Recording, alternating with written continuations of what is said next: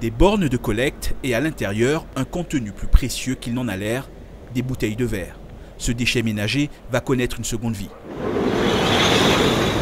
Et c'est sur le site de la Trompeuse à Fort-de-France que la transformation commence. L'an dernier, ce sont 3600 tonnes de bouteilles ou bocaux qui ont été traitées sur cette plateforme. Une fois passé au brailleur, le verre ressort sous forme de sable ou de gravier. Ce produit-là est utilisé comme un sable particulier pour le bâtiment, pour les tranchées, et une partie aussi est utilisée pour mettre dans du béton, comme fait le Sud. Voilà 2 ans que la communauté d'agglomération de l'espace sud de la Martinique emploie ce matériau, justement à proximité des bornes de tri, comme dalles de béton. Une entreprise se charge de sa production et le verre n'aurait rien à envier au traditionnel sable, au contraire. Le béton à base de verre est aussi solide qu'un béton classique. Hein. Pourquoi? Parce que le verre, c'est du sable, hein. Donc c'est aussi solide.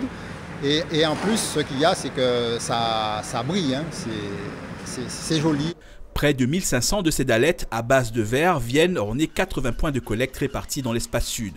Une utilisation écologique, donc intelligente de ce déchet ménager, qui vaut à la communauté d'agglomération une récompense de l'association des écomères. Mais outre ce prix, il s'agit avant tout d'une démarche innovante et expérimentale de développement durable. Auparavant, il faut savoir que le verre qui était issu de la collecte sélective partait en métropole pour être fondu et refondu en nouvelles bouteilles de verre.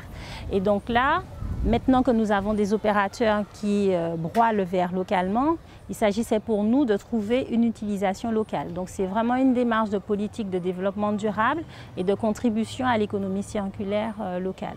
À travers le laboratoire routier territorial de la CTM, un travail de caractérisation du béton de verre broyé est effectué. Pour l'heure, les quantités sont insuffisantes pour servir à l'ensemble des entreprises du BTP, mais la filière de valorisation et de recyclage du verre semblait entrer en Martinique dans un cercle vertueux.